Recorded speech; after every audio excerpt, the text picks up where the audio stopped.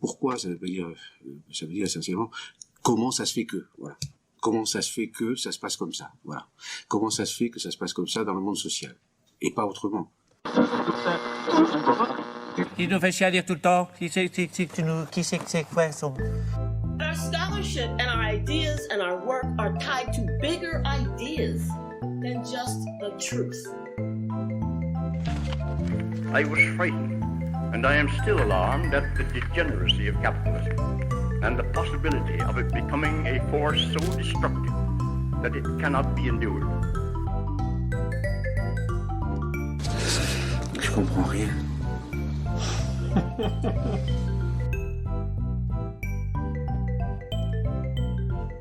Et maintenant, allons-y, entamons le premier chapitre.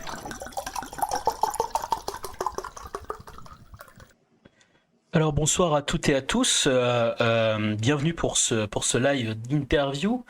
Live d'interview placé, comme vous l'avez vu sur le titre, sous l'auspice d'une élection présidentielle qui aura lieu dans un an.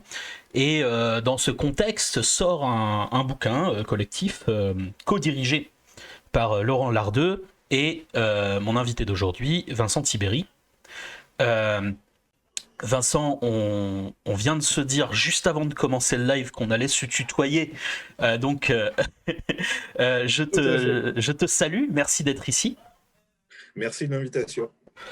Et en fait, pour commencer, quand j'invite quelqu'un, quand je parle d'un chercheur en général sur la chaîne, j'essaye de toujours faire une espèce de petite présentation, mais quand j'invite quelqu'un à parler, je suis un peu feignant, donc je propose aux gens de se présenter d'eux-mêmes. Vincent, comment est-ce que tu peux te situer dans le monde des sciences sociales en tant que discipline, en tant que sujet de recherche, en tant que statut, toutes les informations qui pourraient être intéressantes pour comprendre ton travail.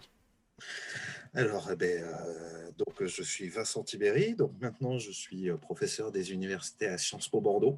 Alors, quand j'essaye de me définir, ça dépend des moments et ça dépend avec qui. Je suis tantôt sociologue, tantôt je suis politiste, tantôt je fais de la sociologie politique, et puis je ne veux surtout pas être politologue. J'ai fait mes études à Sciences Po Paris, j'ai travaillé là-bas notamment sur la question de démocratisation. On a fêté les conventions d'éducation prioritaire qui ont 20 ans maintenant. Voilà, j'ai été formé notamment avec une partie de l'équipe du CEVIPOF. Alors, je pense notamment à Nona Meyer, je pense à Guy Michelat, je pense aussi à Gérard Grimbert. Nona Meyer a été ma directrice de thèse. Ça reste une camarade de recherche avec laquelle j'ai l'habitude de travailler. Et vraisemblablement qu'elle m'a pas mal formé, déformé. Je me souviens que quand je suis arrivé dans son bureau en DEA, je lui ai dit « Je ne veux surtout pas faire du quantitatif. Le quantitatif, c'est pas bien. » Résultat, je pense que dans ma vie, j'ai fait 3 entretiens qualitatifs et dans le reste du temps, j'ai travaillé sur des enquêtes, à faire des stats, à construire des questionnaires, à travailler avec des enquêtes françaises, américaines, etc. Alors, sur mes thématiques, du coup, j'ai commencé par de la sociologie électorale dure, et notamment sur ma thèse qui portait sur les citoyens dits ordinaires, c'est-à-dire ceux qu'on considère comme étant incompétents. Et je travaillais notamment sur la possibilité pour eux d'évaluer les candidats, donc de pouvoir voter en conséquence et en connaissance de cause lors de la présidentielle française de 95 et la présidentielle américaine de 96. Donc ça, j'ai continué à travailler sur questions de cognition, de réflexion ordinaire, notamment me fritant intellectuellement avec des gens comme Daniel Gaxi, parce que ça aide à réfléchir. Et puis après, j'ai commencé à travailler sur les questions d'immigration de diversité, et puis sur les questions de valeurs, et puis de fil en aiguille, j'en suis même arrivé à la question du renouvellement générationnel, et puis depuis lors, je continue à passer peut-être du coq à l'âne, mais ça m'aide à bien réfléchir, enfin j'essaye. Voilà. Alors, c'est intéressant, je pense que j'ai presque envie de commencer par ça, parce que c'est un truc, c'est drôle que tu aies évoqué cette anecdote de ne pas avoir voulu faire au départ du quantitatif, alors que clairement, quand on lit tes travaux maintenant, comme tu l'as dit, c'est clairement dans cette méthodologie un peu que tu t'inscris. Le quanti, en particulier sur la chaîne, c'est pas quelque chose qu'on connaît très bien. Moi, je viens du Cali, j'ai jamais fait ce saut, donc quand je lis des sciences sociales pour le public, c'est des trucs que je comprends, donc généralement du Cali. Qu'est-ce que c'est que cette science politique ou cette sociologie politique qui s'approche par le quanti, par ces grandes enquêtes, par ces questionnaires? Comment est-ce qu'on l'a fait et quels en sont un peu les grands enjeux? Alors, c'est vaste hein, comme question. Donc, en fait, j'imagine que ce que tu as en tête, c'est dans quelle mesure ce que je fais est mieux que ce qu'on peut voir dans les médias. Donc, en quoi on peut être scientifique avec ce type de questions. Et je comprends hein, ce doute qu'on peut avoir. Je pense qu'il y a effectivement quelque chose d'assez terrible quand on commence à présenter le quantitatif, c'est que très souvent, on va se dire que le quantitatif, ça oublie l'humain. Hein, typiquement, t'as pas cette situation d'information, d'entretien où tu descends au fond des choses, tu resitues les individus dans leur complexité. Mais après tout, il y a un deuxième stade qui est celui des régularités. C'est-à-dire que quelque part, moi, ce que j'aime dans le qualitatif, c'est que ça permet effectivement de rendre compte de situations denses, de situations importantes avec énormément de nuances. Le quantitatif, ça te permet aussi de voir ce qu'il y a de commun entre différents individus. Ça te permet de faire ressortir aussi ça permet de faire ressortir les structures, les régularités. Et derrière, éventuellement, tout ce qui peut être biais cognitif, etc. etc. En gros, c'est pas simplement Weber contre Durkheim, hein, parce que je me pique aussi quelque part d'avoir une approche un peu psychologisante. Alors, de psychologie cognitive, certes, hein, parce qu'on aura beaucoup de mal à rentrer dans la manière dont les individus raisonnent. Naturellement, nous, c'est très, très stylisé comme manière de voir les choses. Mais il n'empêche que je vois le travail du quantitativiste comme étant complémentaire des différents. Ce n'est pas le même monde que le travail du qualitativiste, mais on a besoin des deux.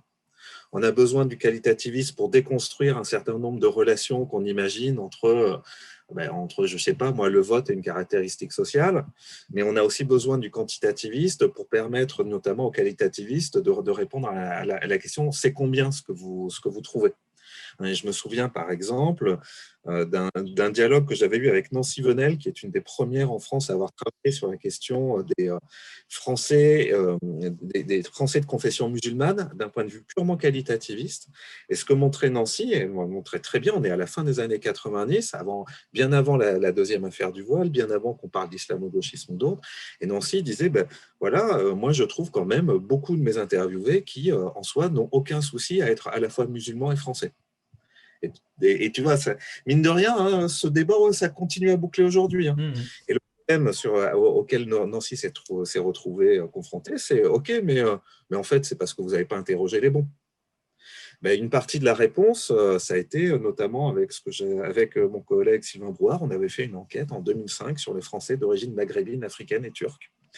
Et on avait pu montrer qu'effectivement, dès lors qu'on met en place un dispositif quantitatif correct en termes d'échantillonnage, ça a été très coûteux, en termes de questions, ça a été très coûteux, en termes de points de comparaison, on pouvait effectivement montrer que la plupart du temps, sur la plupart des sujets, les Français d'origine maghrébine, africaine et turque avaient effectivement été loin de représenter une société à part, communautariste, etc. Chose que pourtant, contre lesquelles on est encore obligé de lutter d'un point de vue scientifique.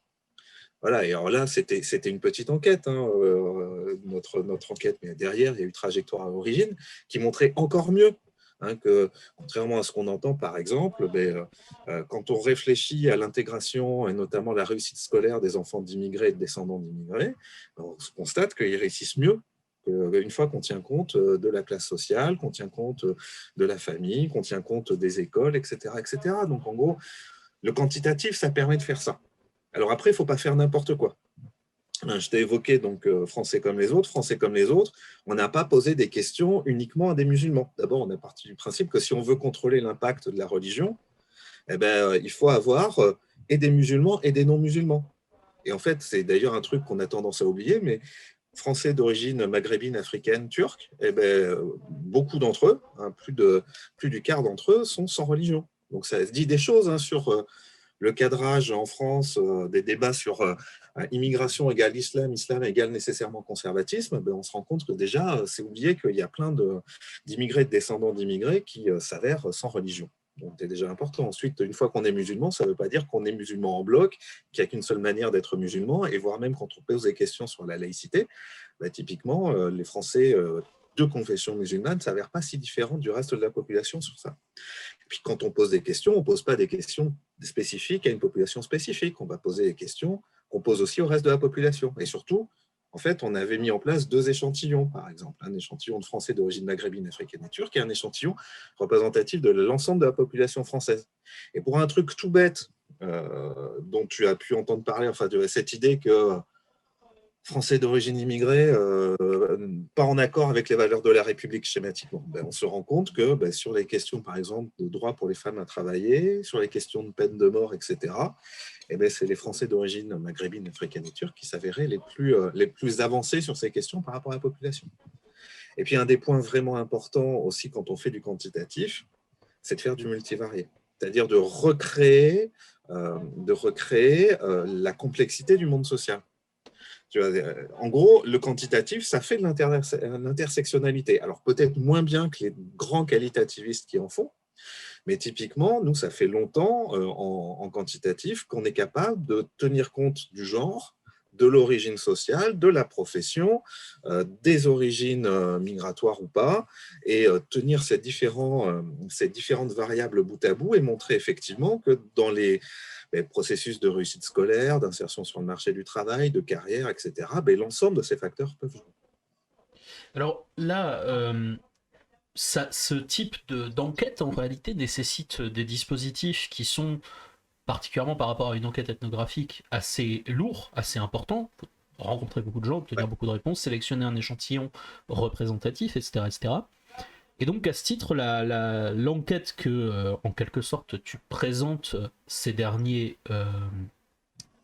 temps, elle s'appelle Génération désenchantée, jeunes et démocratie. Elle inclut tout un tas de gens de plusieurs laboratoires de sciences sociales. Qu'est-ce que c'est que ce bouquin, de quoi est-ce qu'il parle et comment est-ce qu'il a été, entre guillemets, construit? Alors, ce bouquin, il est d'abord construit sur une enquête vraiment spécifique. Alors, c'est encore une fois une enquête par sondage, c'est une enquête quantitative. Et c'est une enquête qui a lieu tous les 8 à 10 ans. Et en fait, l'intérêt de cette enquête, c'est de mesurer les évolutions en termes de système de valeurs de la société française depuis, grosso modo, Mitterrand. La première vague de l'enquête valeurs, c'est 1981. La deuxième, c'est 88 ou 89. La troisième, on est en 98-99. La quatrième en 2008. Et puis là, en 2018. Donc, en ayant un questionnaire répété comme ça dans le temps long, tu peux mesurer l'impact de ce que peut être tout simplement le temps qui passe et le temps long qui passe. D'ailleurs, des générations qui disparaissent. Typiquement, dans l'enquête de 2018, j'ai quasiment plus, ou très très peu, de gens nés dans les années 30. Dans les vagues précédentes, on pouvait. Là, désormais, on voit émerger ce que les Américains appellent les millennials. J'ai toujours un peu du mal avec le terme, mais pourquoi pas, parce que c'est juste une espèce de construction en termes de temps. Et donc, en gros, les gens qui sont nés dans les années 90. Donc nés dans les années 90, début des années 2000, qui ont grandi alors que le 11 septembre, ça avait eu lieu, qui ont connu éventuellement déjà la crise de 2008, ont connu les attentats des années 2010, etc. En gros, quelque part, ces enquêtes-là ont ce grand avantage, à mon sens, de pouvoir resituer les évolutions de la société française par en bas, et pas par un truc plaqué par en haut, avec quels sont les grands événements, quels sont les grands changements, etc. Là, on interroge des individus et on les compare sur une quarantaine d'années. L'autre truc intéressant de ce questionnaire, c'est que c'est un questionnaire qui est reproduit sur une bonne trentaine de pays européens. Donc ça permet, pour ceux qui ont tendance à penser que la France est un pays exceptionnel, c'est un truc qui va te permettre de voir en quoi les Français se distinguent des Allemands, des Anglais, qu'est-ce qu'il y a de commun, qu'est-ce qu'il y a de différent, est-ce qu'il y a des mécanismes qui dépassent les logiques spécifiques d'un pays ou pas. Donc ça, c'est des trucs intéressants. Puis le dernier truc, c'est que c'est aussi une enquête qui essaye d'explorer effectivement, quand on entend valeur, c'est très très compliqué à définir des valeurs. En gros, ce questionnaire, il va nous parler de l'égalité homme-femme, de qu'est-ce qu'on attend d'une femme, d'un homme, de son comportement dans la famille. C'est quoi une famille? C'est quoi, par exemple, l'attitude à l'endroit des femmes qui travaillent pour leurs enfants? Des questions qui ont à voir avec la confiance ou la défiance à l'endroit des responsables politiques, des questions autour des grands enjeux sociétaux, le cannabis, l'environnement, l'euthanasie, le divorce, voilà. Et un élément, et puis des éléments qui renvoient aussi à ce que j'appelle les valeurs socio-économiques. Typiquement, la taille de l'État. Est-ce que l'État doit intervenir dans la société? Est-ce qu'il vaut mieux avoir des revenus? Est-ce qu'il vaut mieux laisser les gens accumuler ou est-ce qu'il vaut des revenus plus égaux? Bref, en gros, une perception très large de ce que c'est que la société.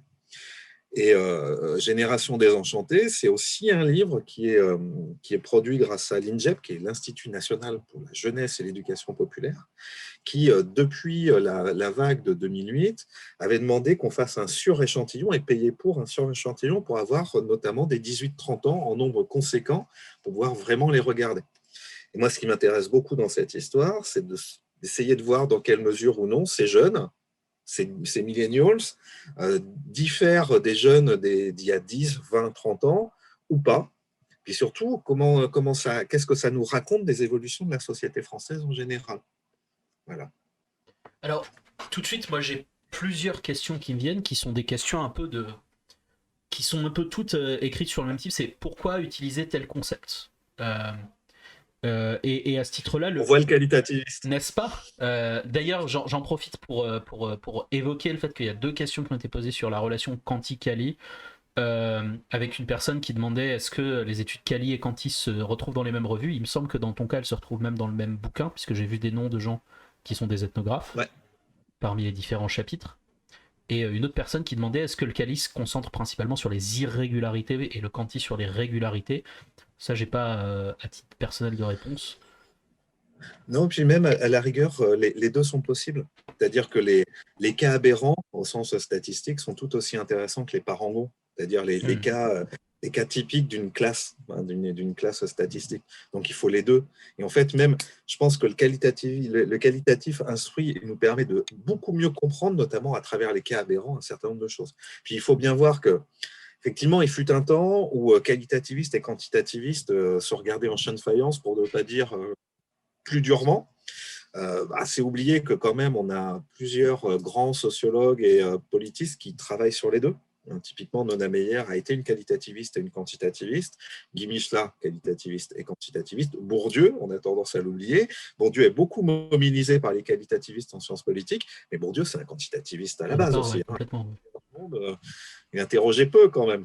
Donc voilà. Et puis surtout, progressivement, là, on voit émerger, je suis au comité de rédaction de la Revue française de sciences politiques et va bientôt sortir un numéro spécial sur ce qu'on appelle les méthodes mixtes, qui sont des manières effectivement de cumuler le meilleur des deux mondes et de faire en sorte que ces méthodes puissent se rejoindre et pas être simplement dans une logique typiquement où parce qu'on est qualitativiste, on met un tableau illustratif en quanti parce que ça fait bien, et parce qu'on est quantitativiste, on met un extrait d'entretien chopé chez un copain pour dire regardez, mon truc n'est pas complètement faux. Non, il faut vraiment accepter que c'est des méthodes différentes qui s'insèrent dans des logiques parfois différentes et puis surtout qui apportent des choses différentes.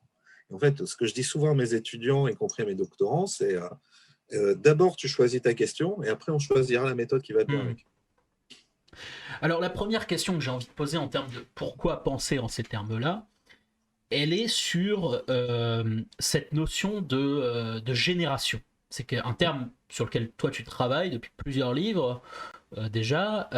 C'est un terme qui n'est pas nécessairement, surtout à cause du texte de Pierre Bourdieu, La jeunesse n'est qu'un mot, pas nécessairement très populaire au sein, disons, du petit cénacle un peu des sociologues. Qu'est-ce que ça apporte de penser en termes de génération? Évidemment, la question implicite là-dedans, c'est est-ce que les générations sont un voile des classes? Et je suppose que la réponse est non. Mais en quoi? Et qu'est-ce que ce concept, comment est-ce qu'on peut le penser et qu'est-ce qu'il nous apporte en fait? Alors, il y a plein de manières de répondre, hein, donc tu m'en voudras. Et je prends un peu de temps. D'abord, en fait, génération, ça renvoie à des notions de temps qui passe. C'est-à-dire que, en fait, on est dans l'histoire. Alors, c'est de l'histoire de courte durée. Hein. J'ai des copains qui font de la socio-histoire qui se moquent de moi quand je dis je travaille sur la longue durée si je suis sur 50 ans. Pour eux, c'est juste ridicule. Tout historien te dire 50 ans, mais c'est rien, quoi. C'est éventuellement de l'histoire contemporaine, mais c'est peut-être même pas de la vraie histoire. Bon, tu as différentes manières de voir le temps qui passe. Tu as effectivement des effets de période. Est-ce que la France de 2008, la France de 2021, celle du Covid, est différente de la France de 2002? Oui, sur un certain nombre de points, vraisemblablement. Au niveau individuel, tu as l'idée du temps qui passe, hein, en gros de l'âge et des effets qui seraient associés à cet âge. Typiquement, ce truc que je cite régulièrement, hein, qui fait que dans différents contextes politiques, l'Angleterre, les États-Unis et la France, tu trouves systématiquement cette idée de si à 20 ans, tu n'es pas de gauche, c'est que tu n'as pas de cœur, si à 60 ans, tu n'es pas de droite, c'est que tu n'as pas de tête. Et ça, tu le retrouves d'Israéli pour les États-Unis, et puis, enfin, on ne va pas les États-Unis et l'Angleterre. Enfin, bref, c'est un truc assez marrant de ce point de vue-là. Et donc, du coup, tu as beaucoup de travaux qui travaillent sur cette idée-là qu'il y aurait des cycles, de vie. Et donc, quand tu es jeune, tu es dans une phase de moratoire politique, tu ne sais pas encore où tu es, est-ce que tu es de gauche, de droite, tu ne comprends pas forcément tous les enjeux, mais au fur et à mesure que tu vas passer, c'est Anne Mixel qui parle beaucoup de ce moratoire, mais au fur et à mesure où tu vas passer les étapes qui vont t'amener à la vraie vie d'adulte, en gros, j'ai des gamins, j'ai un emploi, j'ai une maison, voilà, tu vas devenir un bon citoyen, quoi. Et puis, une fois que tu vieillis, tu deviens de plus en plus conservateur, tout ça. Moi, je pense qu'un peu trop souvent, on est resté sur ça. Un peu trop souvent, on avait cette approche-là, à ne voir les gens qu'à travers leur âge. Or, pour moi, ce n'est pas du tout la même chose que d'avoir 30 ans dans les années 70, 30 ans dans les années 90, 30 ans dans les années 2020. C'est pas le même monde, c'est pas les mêmes valeurs, c'est pas les mêmes effets. Donc moi je pensais qu'il fallait quand même regarder autre chose. Alors effectivement, souvent on utilise le terme génération, et le problème du terme génération, c'est qu'il est trompeur, notamment dans la sociologie politique française. En gros, quand on travaille sur la génération, et on parle énormément en fait de génération politique au sens de Karl Mannheim. Cette idée que tu aurais un groupe qui est conscient de lui-même, qui a été socialisé par un même événement et qui, du coup, se distinguerait de ceux qui viennent avant et de ceux qui viennent après. En ayant cette... on a cherché, il y a pas mal de mes collègues, je repense à Anne Muxel, mais je repense aussi à Annick Percheron, qui essayaient de trouver des générations politiques au sens de citoyens. Effectivement, Percheron, elle en a trouvé. Elle a trouvé une génération 68, elle a trouvé une génération de la guerre d'Algérie. Et puis après, le problème, c'est qu'ils n'en ont pas trouvé d'autres. Il n'y avait pas de génération 2002, par exemple. Et parce qu'en fait, on ne cherchait pas bien. On cherchait des événements qui structureraient les individus. Et en faisant ça, on oublie toutes ces évolutions qui se font à bas bruit, qui se font de manière processuelle, graduelle, etc. Et qui, à la fin, vont considérablement affecter les gens.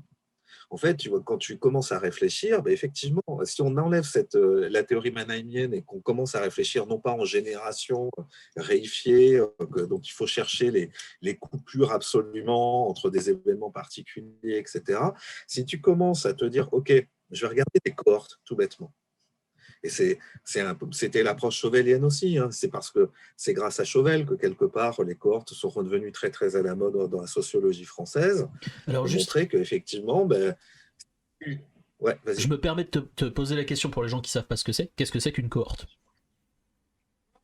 Une cohorte, en fait, c'est bêtement des individus qui sont nés à un moment donné. Okay. En gros...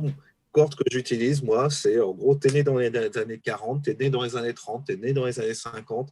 On pourrait utiliser plein de manières. Enfin, je pourrais faire des cohortes 1975-1985. Ça me permettrait d'être dans la même cohorte que certains de mes collègues qui pensent être encore jeunes. Je pense à Camille Pony. Mais en gros, le but du jeu, c'est juste d'essayer de regarder comment ces groupes vont évoluer dans le temps. Voilà. Et Chauvel avait montré qu'il y avait des vrais effets. Tu avais des effets en termes de carrière. Par exemple, les cohortes nées dans les années 40 et 50 ont eu un accès incroyable aux fonctions de cadre. Et ceux qui venaient avant, ceux qui venaient après ne l'ont jamais vécu. Parce que ceux qui viennent après sont arrivés dans un monde du travail où, paf, les premiers chocs pétroliers, paf, le début du chômage de masse, paf, la précarisation, etc. etc. Eh bien, ce que j'ai essayé de faire, notamment dans le livre Les citoyens qui viennent, c'est d'essayer de montrer qu'effectivement, il y a ces effets du social qui jouent. Le fait, en gros, être une femme née dans les années 40, c'est pas la même chose qu'être une femme née dans les années 20 ou dans les années 60, voire même désormais dans les années 80. Un diplômé du supérieur, c'est pas la même chose non plus, etc., etc. En fait, regardez en quoi ces cohortes diffèrent ou se rejoignent, s'opposent ou se différencient. Mais pour ça, il faut non seulement avoir des cohortes, mais en plus, il faut réussir à faire ça dans le temps. Donc, ça veut dire qu'il faut avoir des enquêtes qui te permettent de couvrir 20, 30, 40, 50 ans.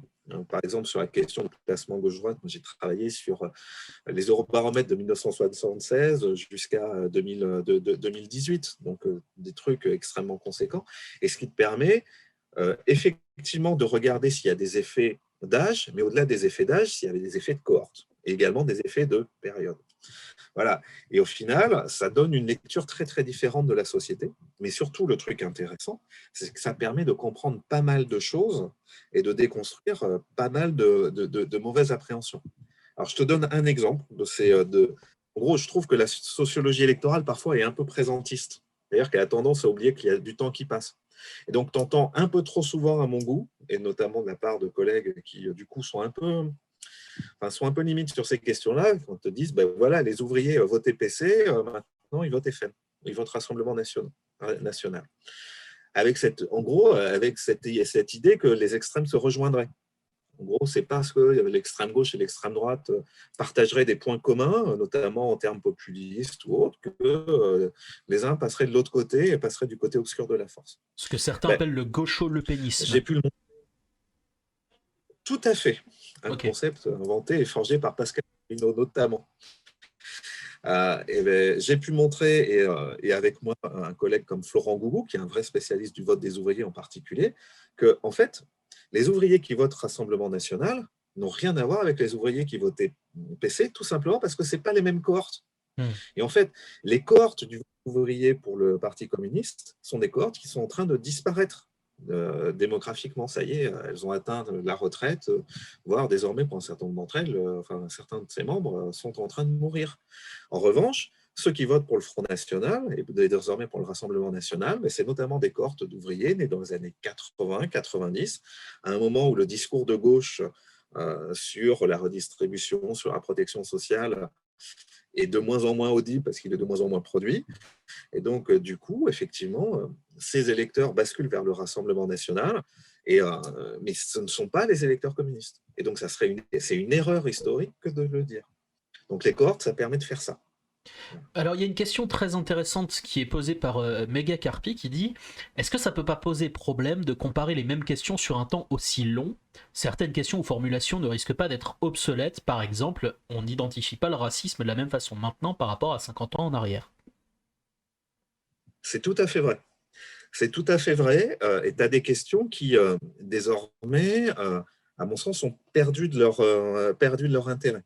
Par exemple, on a une question dont on peut remonter dans le temps jusqu'aux années 80 sur l'homosexualité est une manière acceptable de vivre sa sexualité. Vous êtes tout à fait d'accord? Assez peu, pas du tout. Début des années 80, tu as environ 80% des répondants qui te disent c'est pas acceptable. Désormais, on la pose encore dans le baromètre de la Commission nationale consultative des droits de l'homme, c'est 90% de gens qui sont d'accord avec l'idée que c'est tout à fait acceptable. La question de la tolérance à l'endroit de l'homosexualité, des gays, des lesbiennes, etc., désormais, s'est déplacée vers autre chose.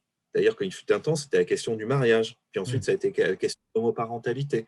Et désormais, l'homoparentalité, alors qu'elle n'était pas acceptée dans les années 2000, pour les 2/3 de la population, désormais à la fin des années 2010.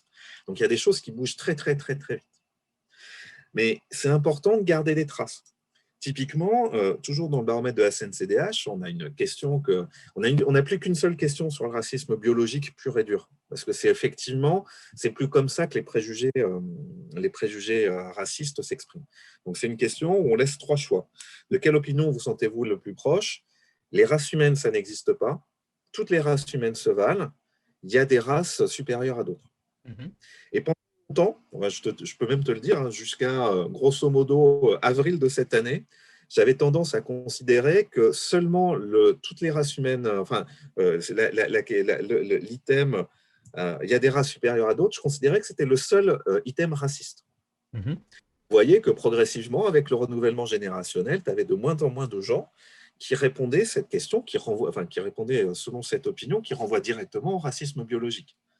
Et on voyait que même parmi les générations anciennes, cette dimension elle était en train de disparaître. Sauf qu'au début des années 2000, parmi les vieux baby-boomers nés dans les années 40 et parmi les cohortes nées avant-guerre, c'était encore un truc qui touchait 25 à 30% de ces cohortes. Donc, il ne faut pas d'où on vient. Et en fait, derrière, ça nous raconte aussi ce que c'était que le racisme pour ces individus qui ont été socialisés à un moment où les races, au sens une espèce de construit biologisant permettant de hiérarchiser, ça faisait partie du sens commun. Bon, progressivement, ils disparaissent. Et puis, étonnamment, on a vu remonter ces opinions racistes biologiques au moment du débat autour du mariage pour tous et des attaques contre Christiane Taubira. Et donc là, ça remonte à quasiment 15-20% dans les cohortes anciennes, et qui en fait, et ça montre aussi que le racisme ou les préjugés, c'est aussi une affaire politique, c'est une affaire de qui parle, comment on parle, etc. Depuis, ça redescend.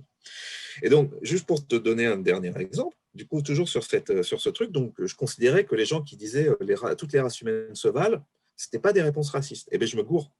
Je me gourre parce que, en fait, on se rend compte quand on analyse par cohorte qu'il y a un changement, plus une cohorte est récente, plus les gens vont répondre les races humaines, ça n'existe pas. C'est même plus une question de elles se valent, c'est ça n'existe pas. Et donc, dans les millennials, les gens nés dans les années 80-90, ben, tu as désormais une large majorité des répondants qui disent les races humaines, ça n'existe pas. Là où mes cohortes restent encore sur toutes les races humaines se valent, et les boomers, eux, se posent encore moins de questions, quoi. Donc, effectivement, tu vois comment les choses évoluent. Alors, ça ne veut pas dire qu'il n'y a pas de préjugés, ça ne veut pas dire qu'on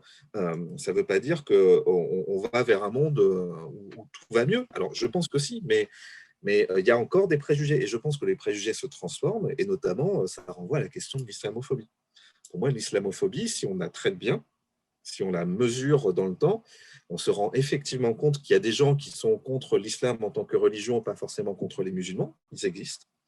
Mais on a quand même beaucoup de gens qui sont contre l'islam et les musulmans et qui utilisent le rejet de l'islam, en général, pour justifier le rejet des musulmans, donc en étant dans une vraie logique discriminatoire. Et donc, je veux bien, après, si tu veux qu'on discute du débat sur l'islamophobie, on peut, mais très clairement, on voit là aussi qu'il y a un effet de génération. C'est-à-dire que plus une génération est récente, moins elle est islamophobe. Alors, l'autre question de pourquoi utiliser ce terme-là, que j'ai envie de poser, c'est une dichotomie, une distinction en fait que tu utilises régulièrement, qui est la distinction entre les valeurs socio-économiques et les valeurs culturelles. Alors, j'ai l'impression que tu l'utilises de plusieurs façons. Moi, évidemment, la question que j'ai envie de poser, c'est pourquoi établir cette distinction? Par exemple, évidemment, la réponse qui est souvent faite, c'est oui, mais par exemple, les mobilisations pour obtenir le droit au mariage homosexuel, qui est considérable comme une valeur culturelle, en réalité permet, on le sait, d'obtenir des sécurités au niveau de l'impôt, des sécurités au niveau de la propriété, des sécurités au niveau de tout un tas de phénomènes qui sont matériels, pareillement avec l'augmentation de la tolérance qui induit une baisse des discriminations, etc. Donc, en quoi est-ce que cette dichotomie nous permet de penser les opinions politiques, les opinions sociales, etc., de façon plus claire? Alors, déjà, en fait, la distinction, elle vient aussi d'une manière de penser. Et puis derrière aussi d'un modèle que certains politistes, mais aussi certains responsables politiques avaient en tête. Il y a cette idée que les oppositions autour, est-ce qu'il faut plus ou moins d'égalité de revenus, est-ce qu'il faut que l'État intervienne dans l'économie, est-ce qu'il faut protéger, est-ce que là, un certain nombre de gens allaient te dire que c'est plus ce qui intéresse les gens. Ok. En fait, tu as ce débat dans la classe politique française, on va te dire, attendez, ce qui compte, c'est l'insécurité culturelle. C'est éventuellement le grand remplacement. Enfin, tu vois, ces idées qui renvoient effectivement à qu'est-ce que c'est que notre société en termes d'identité, etc., etc. Ça se rajoute sur l'idée de la globalisation, qui serait désormais un truc sur lequel on peux plus rien faire, si ce n'est que tu travailleras sur les identités. C'est quoi être français? Pourquoi est-on différent, etc. Faut-il fermer les frontières? Bref, ces dimensions-là sont des dimensions que tu retrouves dans les discours politiques, notamment en France, mais pas qu'en France. Ça se retrouve aux États-Unis, ça se retrouve en Angleterre, ça se retrouve en Italie, avec du coup, encore une fois, cette idée que, en gros, avec la chute du mur de Berlin, finalement, le libéralisme aurait gagné, les Français / Américains, Anglais, etc., seraient devenus favorables au système capitaliste tel qu'il est, et puis ils passeraient à autre chose. Ce discours politique-là, tu l'as aussi dans un modèle qui est celui d'Engelhardt. Ronald Engelhardt avait théorisé cette idée qu'il y aurait un dépassement des valeurs dites matérialistes au profit de ce qu'il appelle les valeurs post-matérialistes. Et donc, typiquement, ça serait l'idée que, bon, ben voilà, les générations nées avant la Seconde Guerre mondiale ont connu des crises sans précédent, ça a été très, très, très dur, il y avait des vrais problèmes, à ne serait-ce qu'avoir une sécurité sociale, un toit sur la tête, de quoi manger, etc., etc. Avec l'arrivée du welfare state, avec les 30 glorieuses, tout ça serait passé à autre chose. Il n'y aurait plus besoin de se préoccuper de est-ce qu'on peut bouffer, on pourrait se préoccuper d'autre chose. On serait passé à un nouveau stade du développement qui est la liberté personnelle, l'expression de soi, la liberté culturelle, de parler la langue que tu veux, de vivre tes relations amoureuses comme tu l'entends, etc., etc. Donc c'est ça le post-matérialisme. D'un point de vue électoral, ça donne aussi cette idée, et notamment avec l'érosion du vote ouvrier pour la gauche, cette idée que, bon, ben voilà, effectivement, la gauche ne toucherait plus les catégories populaires parce que les catégories populaires ne seraient plus intéressées par ces questions de protection, d'état social, etc., etc. Bon, mais en l'occurrence, c'est faux. C'est faux parce que, et donc ça a été effectivement une série de travaux, alors qui ont été notamment inspirés par un article d'Arterberg et Outman qu'on trouve dans la revue Sociologie, premier numéro de la revue Sociologie, qui m'a moi juste éclairé, à dire mais oui, mais ils ont raison. Leur idée, c'est que le vote des ouvriers pour la gauche n'est pas mort, il a été enterré vivant. Leur idée, c'est que les fondamentaux qui devraient amener les ouvriers et les catégories populaires vers la gauche sont toujours là, mais simplement, entre-temps, la politisation de certains enjeux autour de l'immigration, de l'insécurité, etc., ont durablement empêché qu'il y ait de nouveau un discours sur les inégalités sociales. Ça, c'est un des premiers éléments qui, moi, m'intéressait. Donc, en gros, ce n'était plus que les ouvriers se désintéressaient de la gauche, c'est que les partis de gauche se désintéressaient des ouvriers. En tout cas, de ce sur quoi ils pouvaient se focaliser. Deuxième idée qui me paraissait essentielle, c'est que, à mon sens, les questions d'égalité, de redistribution, ce n'est pas des questions qui disparaissent dans une société. C'est des questions qui sont sans cesse réanimées. Alors, quand tout va bien, on en parle moins, mais quand ça va mal, on en reparle beaucoup. Et puis surtout, c'était un peu oublié, et ça c'est un truc que je reproche à Engelhardt, c'est un peu oublié que les sociétés effectivement ouest-européennes ont atteint des optimums d'égalité dans les années 80, mais depuis lors, il y a de moins en moins d'État-providence, il y a de plus en plus de précarité, il y a de nouveau des inégalités qui se creusent, et ça Piketty l'a très bien montré sur un certain nombre de dynamiques sociales, et surtout, je voulais vérifier si ça continue à fonctionner. Et en l'occurrence, on se retrouve dans cette situation où ces questions socio-économiques, elles traversent toutes les générations, toutes les cohortes, que tu sois né avant le baby-boom, pendant le baby-boom ou après le baby-boom. Ça veut dire que ce n'est pas fini. Il y a un vrai espace pour réfléchir à ces questions-là. Simplement, cet espace, il n'est pas repris par les responsables politiques. Deuxième élément, quand tu demandes aux gens, c'est quoi votre priorité ? Pour Engelhardt, plus tu es né récemment, plus tu vas être post-matérialiste. Mais ce que je montre, c'est que ce n'est pas vrai. En fait, c'est le socio-économique qui continue à primer. Donc, en résumé, si on reprend notamment le cas français, tu peux te dire que le socio-économique, c'est toujours là. En termes d'agenda, si tu parles d'inégalité, etc., tu as des gens qui réagissent. Donc, pourquoi on n'en parle pas ?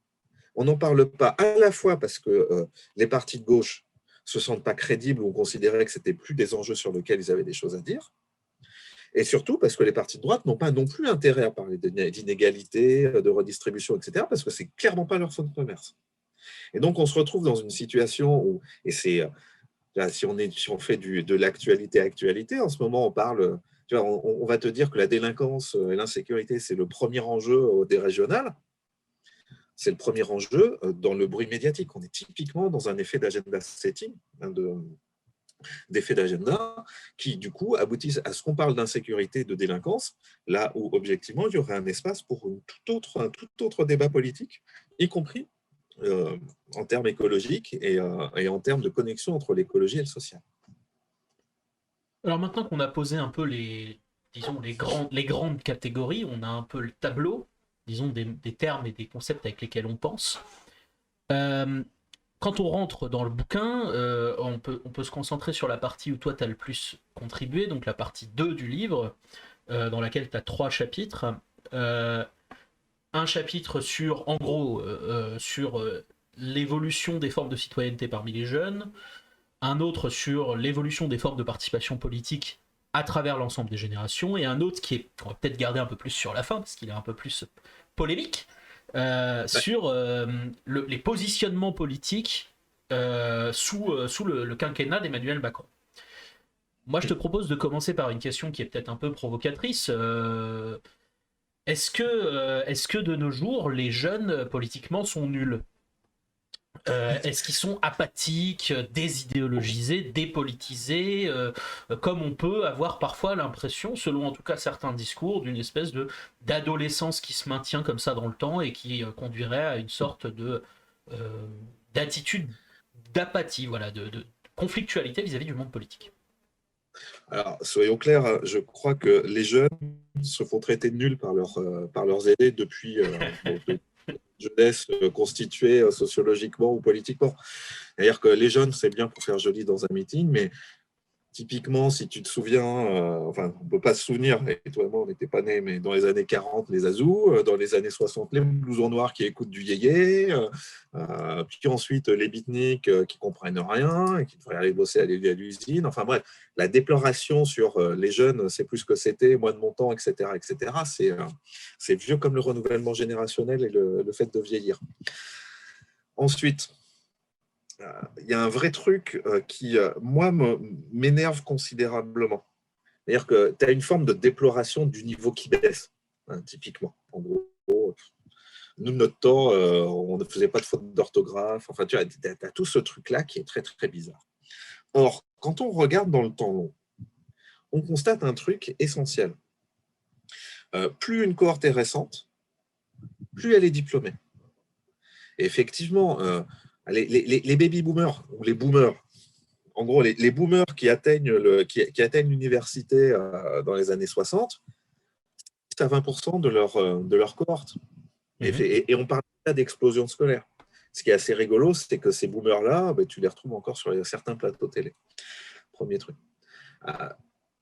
Ma génération, c'est déjà une génération où tu as atteint un 40% de bac et vraisemblablement un peu moins, mais quand même une portion non négligeable de gens qui vont à l'université ou dans le supérieur. Dans la cohorte des millennials, c'est désormais 60% de bac et au moins la moitié qui va dans le supérieur.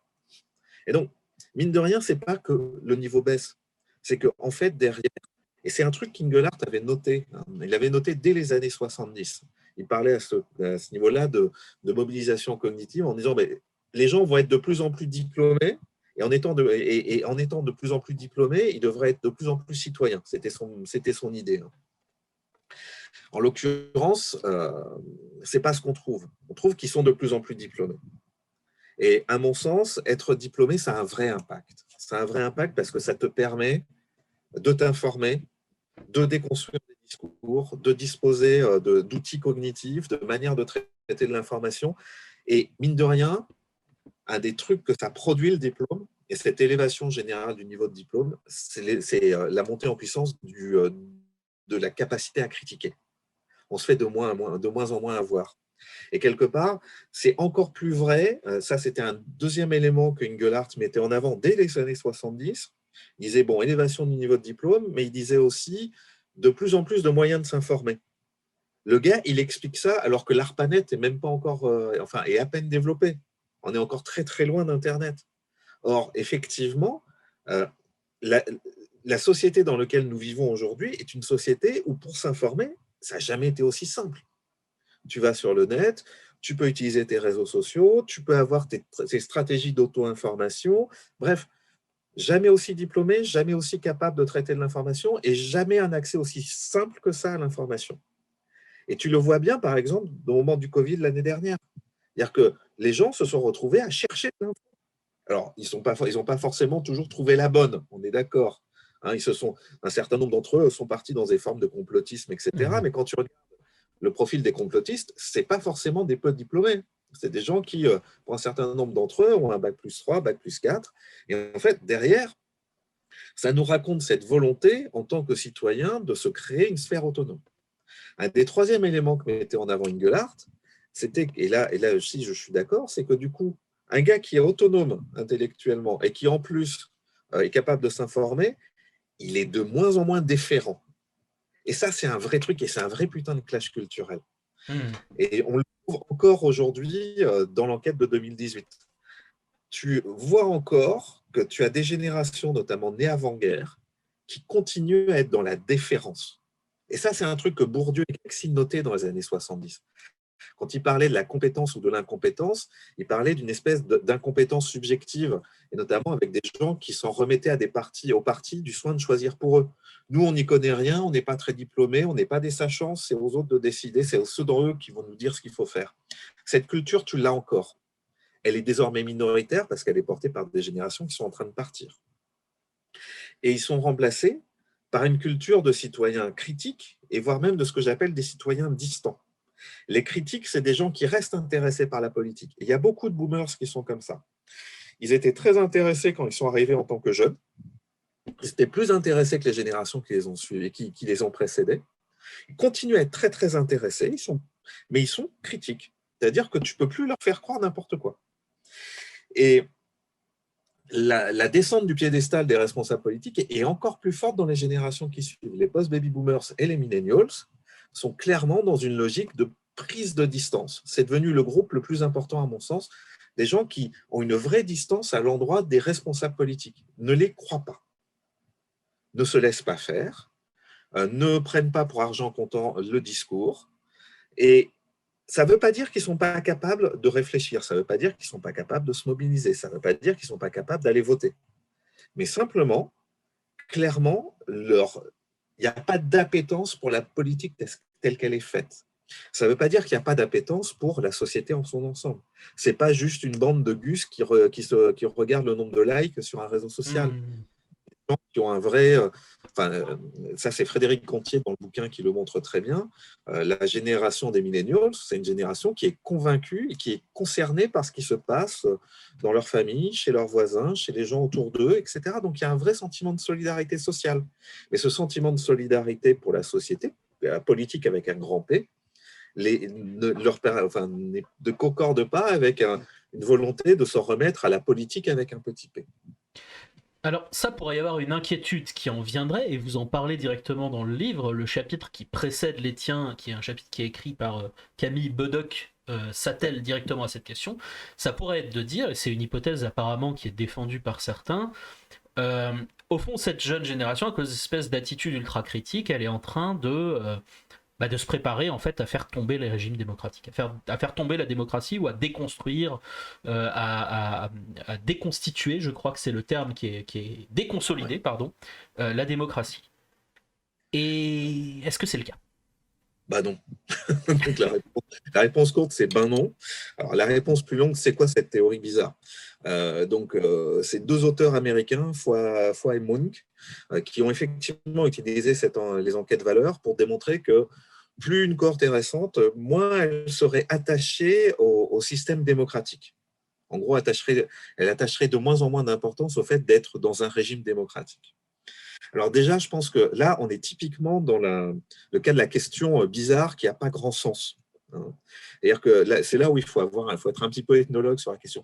Ça veut dire quoi vivre dans un régime démocratique pour une génération qui notamment parce que ça part des États-Unis, cette théorie de la déconsolidation démocratique. Ça veut dire quoi d'être attaché à la démocratie quand ça renvoie à la génération qui est devenue adulte avant que l'égalité raciale et les mouvements des droits civiques fassent que les Afro-Américains aient enfin le début de la place qui leur revient dans la société américaine.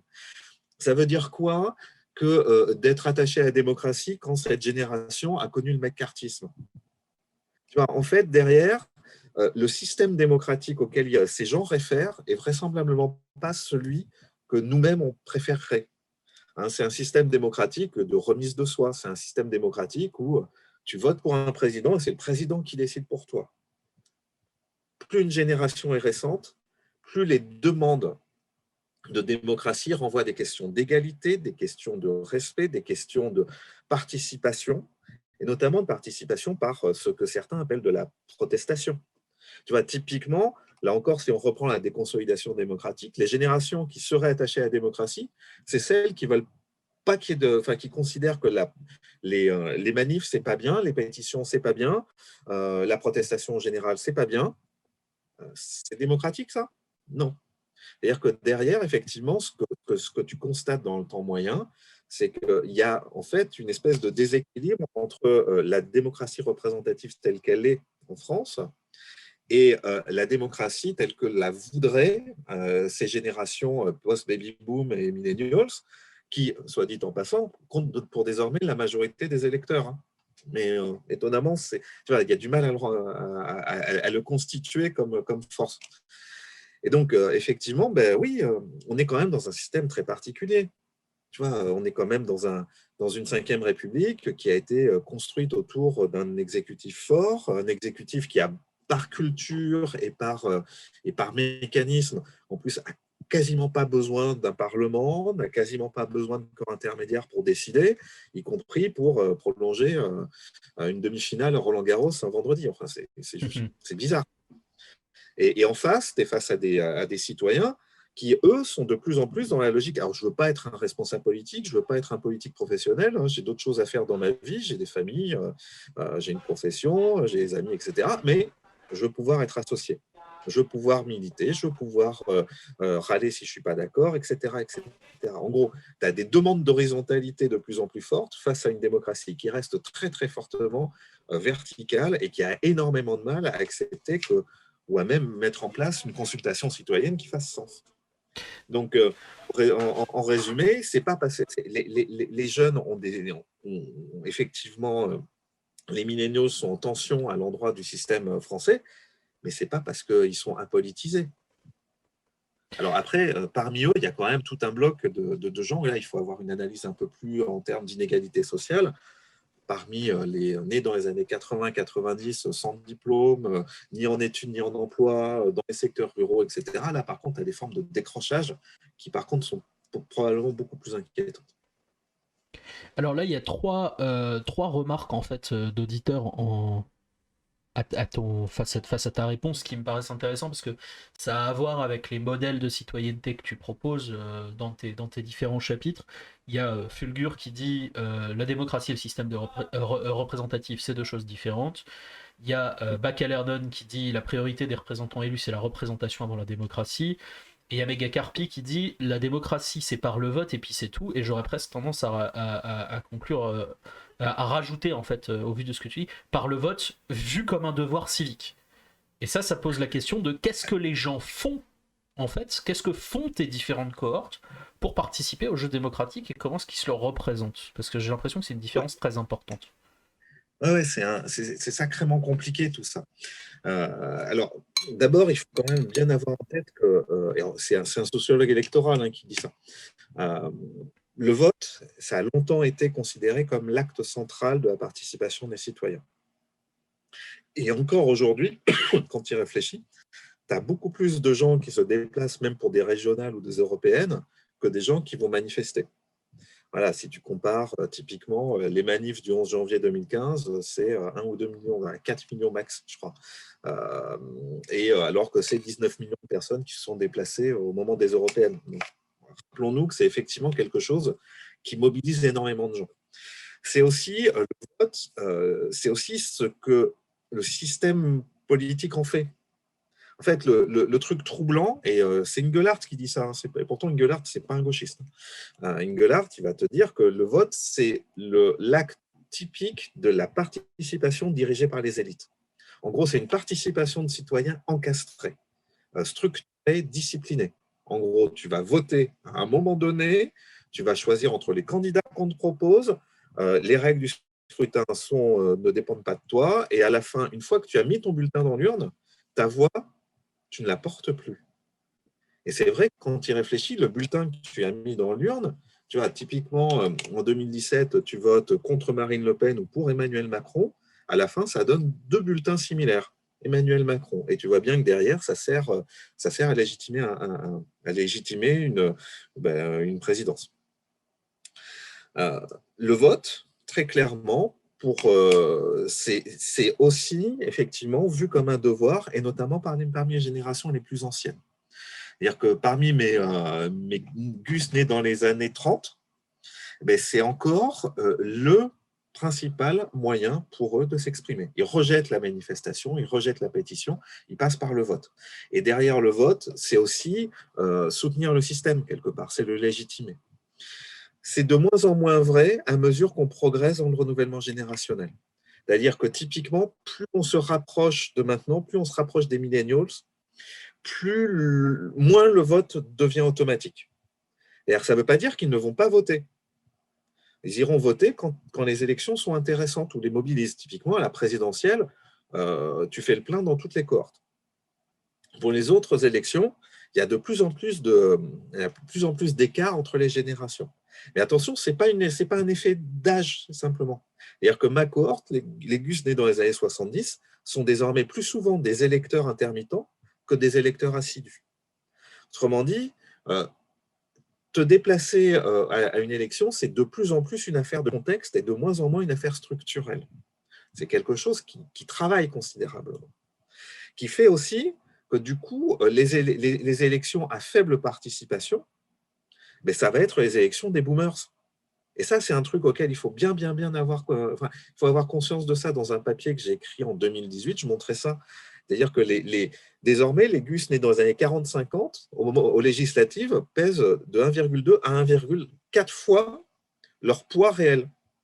Quand les cohortes nées dans les années 70, 80 et 90, elles peuvent peser jusqu'à 2 fois moins dans les urnes qu'elles ne pèsent dans la réalité. Donc, il faut bien avoir en tête que ne pas participer, c'est aussi faire que certaines cohortes pèsent plus dans la démocratie représentative que d'autres. Alors, à côté, du coup, ces cohortes-là, elles vont utiliser d'autres moyens d'action. Elles vont militer, elles vont être membres d'associations, elles vont pétitionner. Et effectivement, des sites comme change.org, etc., t'ont rendu la possibilité de pétitionner beaucoup plus simple. Puis en plus, tu as l'impression de pouvoir vraiment porter ton message. Et puis, tu peux considérer que tu milites dès lors que tu es sur un réseau social et que tu partages des posts, que tu réagis, etc. etc. En gros, pour eux, le vote est de moins en moins la bonne manière de se faire entendre. Il y a d'autres manières de faire. Mais tu vois bien, effectivement, que du coup, entre la démocratie par les citoyens et la participation des citoyens, et la démocratie par les urnes, il y a de plus en plus un hiatus. Et ça, c'est un vrai souci. Parce que du coup, c'est 2 mondes qui évoluent de manière différente. Le vote, on pourrait le réhabiliter.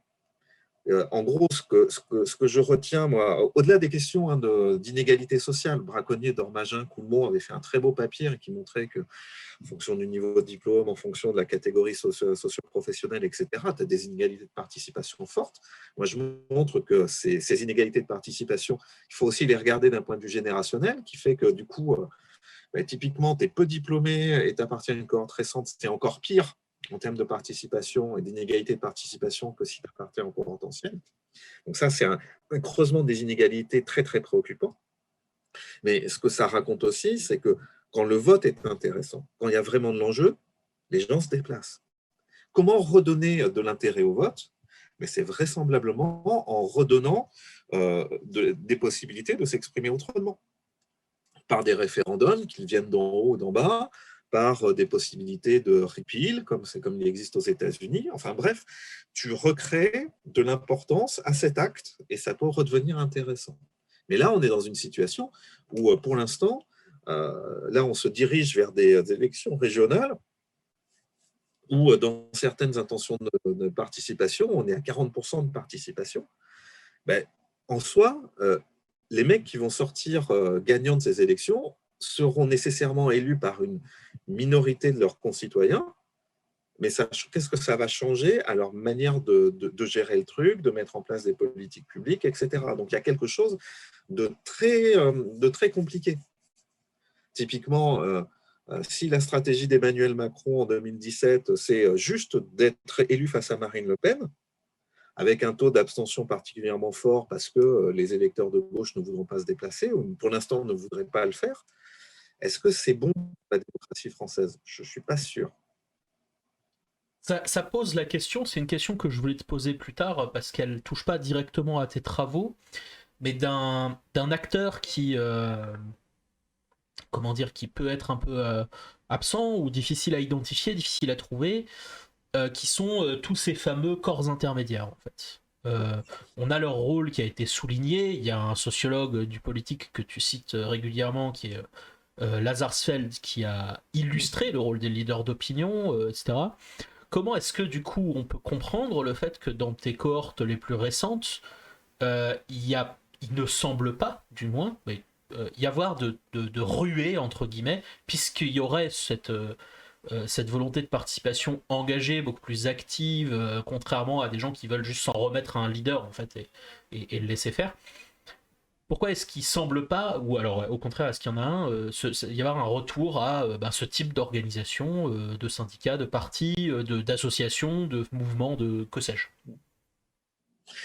Alors, je pense qu'il faut se souvenir que les leaders d'opinion, c'était aussi des encadrants, quelque part. Hein, c'est-à-dire que, en gros, quand Lazarsfeld les découvre, il y a des leaders d'opinion en matière de mode, en matière de pratiques culturelles et en matière de politique. Et typiquement, en matière de politique, c'est le tonton syndicaliste ou le syndicaliste dans l'atelier qui, du coup, va te dire ce qu'il faut faire. Donc, quelque part, ça peut aussi, un leader d'opinion, ça pouvait être aussi une logique de verticalité. C'était une ressource, ça te permettait de comprendre ce qui se passait, de mieux voter, mais c'était aussi de l'encadrement. Donc, c'est à double tranchant. Et de fait, quand tu regardes l'évolution générationnelle, tu vois qu'effectivement, les syndicats en France ont rarement été considérés comme des instances très, très puissantes comparées au reste des syndicats, notamment en Suède, en Allemagne et autres. Mais il n'empêche que ces syndicats sont encore moins présents dans les cohortes post-baby-boom. Et ça, du coup, ça aboutit aussi à un effet. Je te disais tout à l'heure que catégorie populaire fois post-baby-boomer, c'est un vrai souci. Mais je confirme, hein. C'est-à-dire que les ouvriers nés dans les années 60, 70, 80 participent moins que leurs homologues nés dans les années 40, 50, alors même qu'ils sont plus diplômés. Et derrière, ça te parle de la déstructuration du monde ouvrier, ça te parle de la difficulté de maintenir un collectif, ça te parle de la difficulté aussi face à un système de précarisation du monde du travail, et donc de la difficulté de créer des collectifs. Et ça, c'est très, très, très, très, très ennuyeux.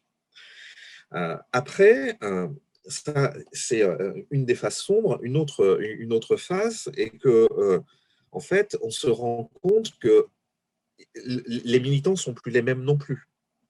D'ailleurs que ça, c'est un truc qu'on retrouve finalement, qu'on retrouve chez Savicki, qu'on retrouve chez Young, qu'on retrouve chez plein de gens. En gros, il fut un moment, quand on était militant d'une organisation, on était limite à vie et puis on se donnait beaucoup, beaucoup à cette organisation. Et l'idéal type, c'est dans le militant communiste des années 70, militant, militaire, le soldat du parti qui, tous les dimanches, allait vendre l'humain au marché, était présent dans les associations de locataires, etc. etc.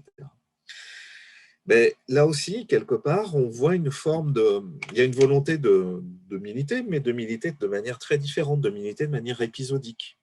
Typiquement, c'est ce que Young appelle les militants post-it. C'est-à-dire que les carrières de militants sont de plus en plus des militants qui se mobilisent pour un court moment, pour une cause, et ils sont à fond, et puis après, ils passent à autre chose, etc. etc.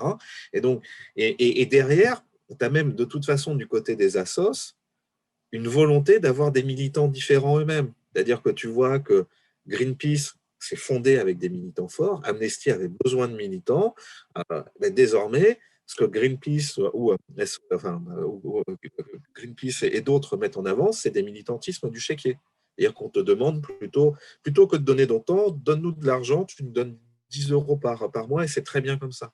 Tu as une espèce de forme de professionnalisation de l'action associative qui, du coup, on ne sait pas si c'est l'œuf ou la poule, mais en tout cas, ça aboutit effectivement à ce que tu aies moins d'encadrement de ce type ou moins de militants de ce type.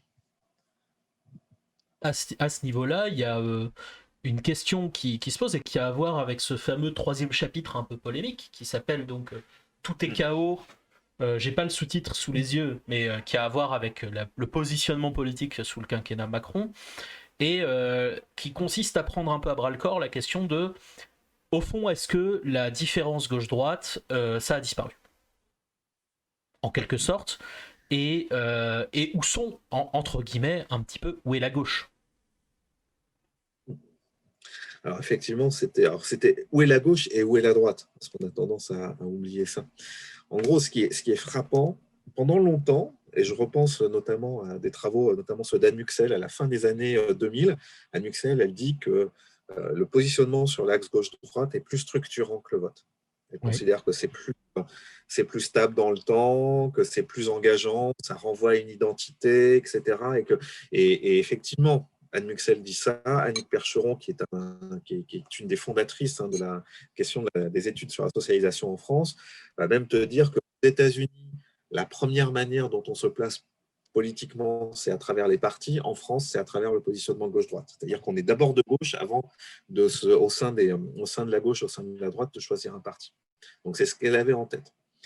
Alors, moi, j'avais commencé à travailler sur cette question et puis j'avais vu qu'il y avait quand même des hauts et des bas. C'est-à-dire qu'il y a quand même des variations. C'est-à-dire qu'il y a des moments où la gauche est forte, des moments où elle est faible, des moments où la droite est forte, des moments où elle est faible. Mais il y avait quand même une évolution vers de plus en plus de non-placement. Cette évolution, elle a culminé pendant le quinquennat Hollande. C'est-à-dire que le nombre de gens qui refusent de se placer à gauche et à droite a explosé entre 2012 et 2014. Tel point qu'on atteint pas loin de 50% dans les eurobaromètres de gens qui se disent ni de gauche ni de droite. Première lecture à la Macron, c'est ça veut juste dire que effectivement la gauche, la droite, c'est fini, c'est obsolète, c'est l'ancien monde. Le vrai nouveau monde, ça serait LREM, les progressistes, contre le Rassemblement national, les nationalistes, les populistes. Bon, alors après, si on veut utiliser des trucs, le RN considère que c'est des mondialistes et qu'eux, c'est des patriotes. Bon, tu peux gérer le truc. Et là, ça bouge quand même avec la question du culturel, si tu vois bien des valeurs culturelles. Bien sûr, tout à fait. Bon, effectivement, il y a quelque chose qui se passe.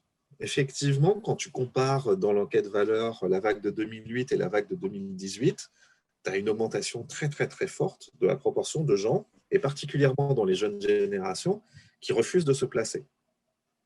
Bon, tu as aussi un effet qui est que plus une cohorte est ancienne, plus elle est de droite, mais ce n'est pas parce qu'elle est vieille, c'est qu'elle c'était déjà le cas avant. Donc, de ce point de vue-là, il ne se passe pas grand-chose. Face à ça, tu as deux explications possibles. Est-ce que c'est parce que les valeurs de la gauche et de la droite qui structuraient le clivage gauche-droite n'ont plus sens, ou est-ce que c'est une question d'incarnation? Est-ce que c'est pas parce que les partis qui défendaient la gauche et les partis de droite même, ou les partis en général, ne réussissent plus à susciter de l'adhésion? Parce qu'effectivement, quand les gens se placent sur un axe gauche-droite, en fait, ils ont une fâcheuse tendance à se voir dans un camp politique. Et bien en fait, du coup, j'ai voulu vérifier. J'ai voulu vérifier s'il y avait droitisation. Alors, il y a des effets de période, il y a des moments où effectivement les demandes de droite remontent et les demandes de gauche baissent, puis inversement, des moments où la gauche remonte, etc. Mais en l'occurrence, dans l'enquête, ce qu'on constate, et ce qui est corroboré avec d'autres indicateurs à partir d'autres enquêtes de temps long, c'est qu'en 2018, en tout cas, on n'est pas dans une logique où les valeurs de la gauche étaient sur le reculoir. Donc, quand on compare entre 2018 et 2008, on se rend compte qu'il y a toujours des demandes d'intervention de l'État dans l'économie, il y a toujours un public pour demander plus d'égalité de revenus, il y a toujours un public pour refuser qu'on force les chômeurs à prendre le premier emploi qui vient, à considérer que l'immigration, ce n'est pas de l'insécurité, enfin bref. Et donc, en fait, ce qui est assez frappant, c'est qu'il n'y a plus de connexion entre les noyaux durs de la gauche et le positionnement à gauche, mais la même chose vaut pour la droite. Il n'y a plus de connexion entre les noyaux durs de la droite et le placement à droite. Alors, qu'est-ce que j'appelle noyau dur ? C'est les 25% des électeurs, en tout cas des répondants, qui ont donné le plus de réponses de gauche, soit socialement, soit culturellement. Habituellement, quand ils étaient parmi ce quart les plus socialement de gauche, ils se plaçaient à gauche. Ce n'est plus le cas. Même chose pour le culturel. Et même chose pour la droite. Et donc, en fait, c'est très clairement que dans ce dialogue entre les partis, l'offre politique et les électeurs, les répondants, les citoyens, il y a une vraie cassure. Il y a une vraie cassure qui fait qu'aujourd'hui, les valeurs ne se retrouvent plus incarnées par des alternatives politiques. Alors, est-ce que LREM et le Rassemblement national s'en tirent mieux ? Non. En l'occurrence, en fait, on se retrouve dans une situation qui est vraiment une situation nouvelle, alors que j'ai pu vérifier sur d'autres enquêtes, parce qu'il faut trianguler. Chercher des confirmations dans d'autres enquêtes, etc. Mais là, en ce moment, on est dans une situation où il n'y a jamais eu aussi peu de gens qui se déclarent proches d'un parti. Dans le cas français, quand tu compares aux États-Unis, se dire démocrate, se dire républicain, c'est « do you think of yourself as a Democrat or Republican or else ?» Est-ce que tu te penses démocrate, est-ce que tu te penses républicain? C'est quelque chose de très engageant. En France, ça a toujours été plus modéré. La question classique, c'est « voici une liste de partis, duquel vous sentez-vous le plus proche ou disons le moins éloigné ?» Donc on est quand même déjà dans il y avait une forte proportion de partisans par défaut. Mais là, il n'y a même plus ces partisans par défaut. Quand on prend l'enquête CNCDH, tu as désormais la moitié des répondants qui, à cette question, disent aucun parti. Si tu regardes également le baromètre de Kantar, notamment sur les opinions positives à l'endroit des partis, ça a rarement été à ce point que l'ensemble des partis se retrouvent à avoir beaucoup plus d'opinions négatives que d'opinions positives.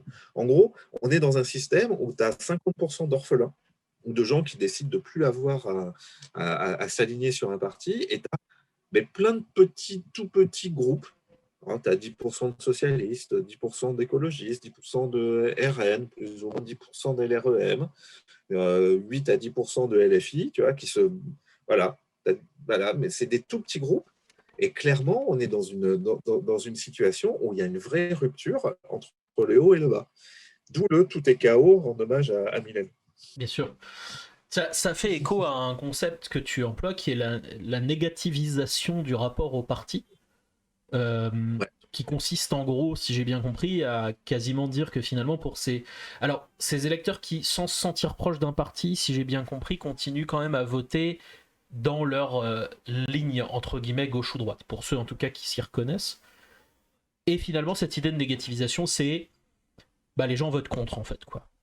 Globalement, quasiment, l'important c'est contre quoi on va voter. C'est pas une nouvelle idée, mais qui effectivement pèse de plus en plus. C'est-à-dire qu'une des premières, je trouve, à théoriser ça, c'est Elena Katt dans les années 90. Mais pour ceux qui ont subi du droit constitutionnel, il y a des gens qui vous disaient au premier tour on choisit, au deuxième tour on élimine. Donc c'est déjà du négatif. Mais étonnamment, le négatif pesait moins dans les années 70-80 qu'il ne pèse aujourd'hui. Et effectivement, dans les différents indicateurs de rapport à l'offre politique, on a notamment des questions de probabilité de vote en mesure de 0 à 10. Et en fait, tu peux regarder les zéros. Les zéros, c'est je voterai en aucun cas pour ce parti. Là, très clairement, les gens savent contre qui ils sont. D'abord, ils savent situer les partis les uns par rapport aux autres, mais surtout, ils savent contre qui ils sont. Et alors, le problème de savoir contre qui tu es, ça ne veut pas forcément dire que tu vas avoir envie d'aller voter. Il faut vraiment que ça soit un ennemi qui te mobilise. Et tu vois bien que cette logique de négativisation, de vote négatif, en 2002, ça avait abouti à 80% pour Jacques Chirac. et avec une majorité d'électeurs qui votent Chirac en provenant de la gauche. C'est comme ça que les enquêtes de l'époque le montraient. Avec Emmanuel Macron, tu commences à avoir un petit problème. C'est-à-dire que tu as quand même un bloc non négligeable d'électeurs qui vont te dire ni patrie ni patron. Et donc, d'où l'augmentation des votes blancs, d'où une participation un peu plus faible que d'habitude. Et là, ce vers quoi on se dirige en 2017, semble-t-il, c'est un espèce de truc où, mais pourquoi aller voter pour Emmanuel Macron? Ouais. Pour une partie de la gauche, notamment, bon, après ça va peut-être bouger parce que il se passera d'autres choses, parce qu'il y aura des appels divers et variés, peut-être à de la participation, etc., etc. Mais pour l'instant, il y a une espèce d'apathie face à un deuxième tour, enfin, pas d'apathie, en fait, de double négativité face à Emmanuel Macron et Marine Le Pen, qui aboutit à ce que 50% des électeurs de gauche ne veuillent pas se déplacer. Alors, il fut un temps, c'était contrebalancé par le fait que les gens votaient selon l'espace des possibles. C'est-à-dire que du coup, ils étaient de moins en moins des supporters d'un parti, mais ils passaient de l'un à l'autre dans un camp en particulier. Ça te permet de comprendre pourquoi LFI faisait des bons scores, et puis après, à l'élection suivante, s'écroulait, c'était le tour des Verts, et puis les Verts s'écroulaient, c'était de nouveau le PS qui s'en tirait, et puis inversement, etc. Bon, ça continue. Typiquement, les électeurs qui continuent à se placer à gauche, effectivement, ne sont pas d'un parti. Ils vont bouger de l'un à l'autre. Mais il n'empêche que s'il ne se passe pas quelque chose, on va vers une situation qui, moi, me préoccupe. C'est-à-dire que si tu ne recrées pas du lien positif, si tu ne recrées pas de la mobilisation, la négativité, ça ne suffit plus pour faire voter, quoi. Avant de reposer une question sur cette question de la droitisation, il y a Fulgur qui demande qu'est-ce que tu penses de cette théorie de Gaxi selon laquelle la distance sociale entre les élus et les électeurs n'a jamais été aussi grande? Par exemple, le fait que les élus sont désormais parfois des petits-enfants d'ouvriers par rapport à une génération d'élus qui étaient plutôt des enfants d'ouvriers. Ouais. Alors, faut regarder ça de près. C'est-à-dire que est-ce que la distance entre les élus et les électeurs, comment on la mesure? Et moi, notamment, j'irai un peu contre la théorie gaxienne, notamment en regardant le niveau de diplôme. C'est-à-dire qu'effectivement, il fut un temps, tu prends les années, schématiquement, années 50, années 60, années 70, où les différences en termes de niveau de diplôme entre les députés, les permanents des partis, etc., et les électeurs étaient beaucoup plus fortes. Effectivement, très, très, très dures. Si on laisse de côté, naturellement, le Parti communiste, qui, lui, avait toute une logique de promotion de militants ouvriers, avec toute une logique de formation de ces militants pour progressivement les amener à une carrière politique. Et c'est, en fait, si les ouvriers ont disparu de l'Assemblée nationale, c'est parce que le Parti communiste a disparu de l'Assemblée nationale. Tu as une espèce de mouvement du côté des partis politiques. Ça, Savicki et Lefebvre le montrent très bien. Et puis le bouquin que Deleuze, Freitel et autres ont fait sur l'entreprise Macron te rajoute une petite couche. Tu as effectivement une forme de... Il fut un temps, les partis avaient besoin de militants, de colleurs d'affiches. Et ces militants, du coup, c'était aussi des catégories populaires, c'était aussi du coup des gens qui pouvaient interagir et qui pouvaient aussi informer les responsables politiques. Les partis, progressivement, abandonnent cette figure du militant pour la figure du professionnel. L'élu professionnel et puis les collaborateurs d'élus professionnels et les experts de la chose électorale, que ce soit la communication, le droit, la manière de faire campagne, les sondeurs, en gros les spécialistes. Donc effectivement, on a encore plus de professionnalisation de la classe politique, mais en face, on est face à des citoyens qui n'ont jamais été aussi diplômés. Et donc, la professionnalisation aura tendance à prendre les citoyens de haut, et pourtant, on est face à des gens qui eux-mêmes sont de mieux en mieux capables de les contrer, de mieux en mieux capables de s'organiser, de mieux en mieux capables à travers les réseaux sociaux, même si ça reste des trucs qu'il faudrait mesurer. Mais tu vois, typiquement, souvenons-nous de ce qui se passait dans les Gilets jaunes. tu avais ce qu'imposait la communication gouvernementale, et puis tu avais ce qui passait dans l'horizontalité des réseaux sociaux, qui déconstruisait très, très, très vite le discours global. Même chose lors des différents confinements. Et qui, du coup, aboutit à ce que tu as des professionnels de la communication qui, très rapidement, voient leur discours remis en question par des citoyens de mieux en mieux armés pour les contrer. Donc, je ne suis pas si sûr qu'on soit dans un éloignement. On est probablement dans un éloignement des modes de vie, probablement des mondes sociaux différents, mais beaucoup plus proches en termes de capacité cognitive à interroger, remettre en question, etc.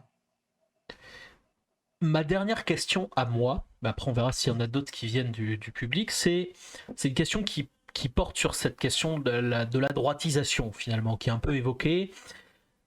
S'il n'y a pas, parce que c'est assez frappant, effectivement, hein, les chiffres que tu cites vis-à-vis de ces fameuses valeurs, de dire, bon, un sujet même aussi structurant que la question de l'homosexualité, de l'accès au mariage homosexuel, qui finalement finit par reculer aussi, etc., etc. Comment est-ce qu'on explique du coup alors, est-ce qu'elle existe vraiment? Comment on peut la qualifier? Comment est-ce qu'on explique cette apparente droitisation? En tout cas, ces effets d'agenda, alors pour les gens qui ne savent pas ce que c'est un effet d'agenda, en fait, c'est la façon dont certains acteurs politiques mettent la priorité sur certaines mesures ou certains thèmes par rapport à d'autres. Qu'est-ce qui se passe là? C'est un vrai enjeu, et c'est un vrai enjeu de mesure. C'est-à-dire, qu'est-ce qu'on met derrière la droitisation? Et étonnamment, il faut se méfier parce que du coup, les sondeurs et les instituts ont des logiques particulières pour essayer de mesurer ça. Typiquement, ils vont prendre le positionnement gauche-droite. Regardez la proportion d'individus qui se placent à gauche. Et donc, ils vont vous dire, voilà, regardez, la gauche n'est jamais aussi faible, c'est de la droitisation. Tu vas aussi avoir les intentions de vote pour le Rassemblement national. Donc, effectivement, si tu prends en ce moment les sondages d'intention de vote qu'il faut naturellement prendre avec des satanées pincettes, hein, typiquement celui sur la Nouvelle-Aquitaine, les intentions de vote sont calculées sur 393 personnes. En termes de marge d'erreur purement politique, on est quand même dans du lourd, quoi, hein, mais il n'empêche. Donc, tu as l'impression, effectivement, qu'il y a une espèce d'envolée du Rassemblement national et donc de droitisation. Mais ça, c'est oublier le temps moyen, oublier un autre phénomène qui est celui de la politisation. C'est-à-dire que, alors, avec mon collègue James Stimson et une postdoctorante, hélas encore précaire, qui s'appelle Cyril Thiebaud, on avait travaillé à la fin des années 2000 à créer un mood. Et ce mood, c'est un truc que James avait mis en place aux États-Unis et qui permettait de mesurer aux États-Unis les demandes de redistribution depuis les années 50. Avec des trucs très cycliques qui permettent de voir effectivement les années 60 progression, les années 70 régression, et puis Reagan arrive, il y a des remontées, etc., etc. Donc c'est super intéressant. Puis surtout, l'avantage, c'est structuré non pas sur une enquête, mais sur des centaines d'indicateurs mesurés à plusieurs moments dans le temps, etc., etc. En France, c'est un peu plus compliqué, mais on avait réussi à le faire. On nous demande, juste en passant, qu'est-ce que c'est qu'un mood? Et donc le mood, c'est une espèce d'agrégation de différentes séries de questions posées dans le temps. Okay. Et donc, questions soit sur... Le plus facile et le plus connu de ces moods, c'est celui que j'ai constitué pour la Commission nationale consultative des droits de l'homme et sur le baromètre racisme de cette commission. Et donc, en gros, j'ai une 60aine de questions qui ont été posées à 3 moments dans le temps au moins et qui te permettent du coup de mesurer comment les choses évoluent dans le temps. Et en prenant en compte le fait que tu as des erreurs, qu'une question peut être plus ou moins bien comprise, que les gens peuvent répondre parfois à côté de la plaque. Donc, plus tu as de questions, plus tu minores cette erreur. Et ce qu'on constate, notamment sur ce mood à l'égard de l'immigration, c'est qu'il y a des moments de crispation. Typiquement, en 2005, les émeutes de banlieue ont été vues comme des émeutes des minorités contre le mode de vie français. Enfin, ça a abouti à une crispation conséquente. De la même chose, entre 2009 et 2014, il y a eu une forte baisse de la tolérance à l'endroit des immigrés et des minorités, portée par le discours de Grenoble de Sarkozy, portée par le pain au chocolat de Copé, le mariage pour tous. Enfin, ça a été assez dur. Mais le truc intéressant, c'est de constater que dans le temps long, tu as des hauts et des bas, mais dans le temps long, la tendance est vers plus de tolérance à l'endroit des immigrants. Et elle est portée notamment par le renouvellement générationnel, l'élévation du niveau de diplôme, mais aussi le fait que les cohortes, en vieillissant, deviennent de moins en moins racistes, en fait. Parce que tu as des normes qui se diffusent, qui aboutissent à ce qu'on accepte un peu plus. En tout cas, face à un enquêteur, on accepte un peu plus les immigrés, les descendants d'immigrés, les musulmans, les tziganes, les juifs, etc., etc. Donc, voilà. Et quand on prend le temps long, eh bien, on se retrouve dans cette situation où les préjugés reculent. Donc, c'est plutôt une bonne nouvelle. À ceci près, que ces préjugés qui reculent n'empêchent pas que désormais, les gens votent de plus en plus sur ces questions de valeurs culturelles. Et du coup, tu as ceux qui vont voter parce qu'ils sont tolérants vers certains partis, et les intolérants, eux, vont de plus en plus s'aligner sur une offre politique qu'on connaît bien. Cette offre politique, c'est le Rassemblement national. Ce qui fait que le vote FN progresse, et notamment, est particulièrement impressionnant dans les jeunes générations, mais en même temps, il est inscrit sur une dynamique de valeurs et une dynamique démographique qui lui est négative. Et donc, c'est assez troublant de voir que ces deux trucs vont dans des sens différents. Mais après tout, c'est exactement, en fait, ce qui se passe ressemble beaucoup à ce qui s'est passé aux États-Unis. Où typiquement, Donald Trump réussit à gagner la présidentielle, mais sur des forces qui sont elles-mêmes en déclin démographique, face à des générations qui, elles, vont prendre de plus en plus de poids, et dès lors qu'elles se mobilisent, vont avoir un vrai impact. Et typiquement, l'élection de novembre 2020, ça a aussi été ça. Très forte mobilisation de ces jeunes générations qui avaient tendance à moins voter. Cette fois-ci, elles ont voté. Et du coup, ça a aidé aussi au basculement qu'on connaît. Voilà. Donc, sur le socio-économique, on est moins dans une logique de progression à moyen terme. C'est plus cyclique. Mais il n'empêche qu'en 2018, on se retrouve dans une situation où les demandes de redistribution, juste avant les Gilets jaunes, les demandes de redistribution n'avaient jamais été aussi fortes qu'à la fin des années 70. Donc, il se passe des choses. Et donc, il faut bien avoir en tête que il y a des mouvements politiques de long terme et des mouvements politiques de moyen terme, et voire même de court terme. Et vraisemblablement, qu'on est là dans un paradoxe qui est que objectivement, il y a énormément de place pour un discours tolérant culturellement, donc de gauche culturelle, un discours de gauche socio-économique, et pourtant on ne l'entend pas. Et donc là, ça pose la question de la visibilisation de ces mouvements sociaux de plus forte, de ces mouvements sociaux qui en fait sont des icebergs, bougent, et on ne s'en rend même pas compte. Et c'est quand même quelque chose d'assez intéressant, là, d'un point de vue de traitement médiatique, de construction de l'espace médiatique. Et là, je crois qu'on retrouve Bourdieu. Alors, peut-être une dernière question du chat, et puis on va commencer à se quitter. J'ai Vince Dark qui dit « J'ai du mal à comprendre la part de jeunes qui votent RN alors que la tolérance monte. Comment ça se fait ?» Mais en fait, c'est parce que les intolérants des vieilles générations ne votaient pas en fonction de l'intolérance. En fait, en gros, quand on regarde les ouvriers qui votaient communistes, n'étaient pas forcément très tolérants en termes d'égalité de genre, en termes d'homosexualité, en termes d'immigration, mais simplement, ils votaient sur autre chose, ils votaient sur le socio-économique. Plus une génération est récente, plus les valeurs culturelles jouent. Donc, à la fois favorablement à une société multiculturelle ou défavorablement. En gros, ceux qui veulent défendre une société multiculturelle voteront en fonction de ça. Ceux qui sont persuadés qu'il y a un grand remplacement voteront en fonction de ça. Et ce qui fait que du coup, plus on est jeune, plus on a de chances d'être tolérant, mais plus on est jeune, si on n'est pas tolérant, plus on a de chances de voter pour le Rassemblement national. C'est qu'il y a donc du coup deux phénomènes qui interviennent. La progression de la tolérance d'un côté et la politisation des valeurs autour de la tolérance et de l'intolérance de l'autre. Vincent, merci beaucoup d'avoir été là ce soir. C'était très intéressant. Je rappelle le titre du bouquin pour les gens qui voudraient le lire. Ça s'appelle « Génération désenchantée, jeunes et démocratie ». Tu as co-dirigé ça avec Laurent Lardeux et c'est disponible à la Documentation française. Merci bien. J'espère qu'on aura l'occasion de se reparler peut-être d'ici l'élection, qui sait. À ta disposition. Pour les gens qui nous écoutent, je vous rappelle que demain, c'est le dernier stream de lecture sur la science politique, on va parler d'apathie politique, et justement on va lire un des chapitres du bouquin, un des tiens, pour un peu aller voir à quoi ça ressemble sous le capot.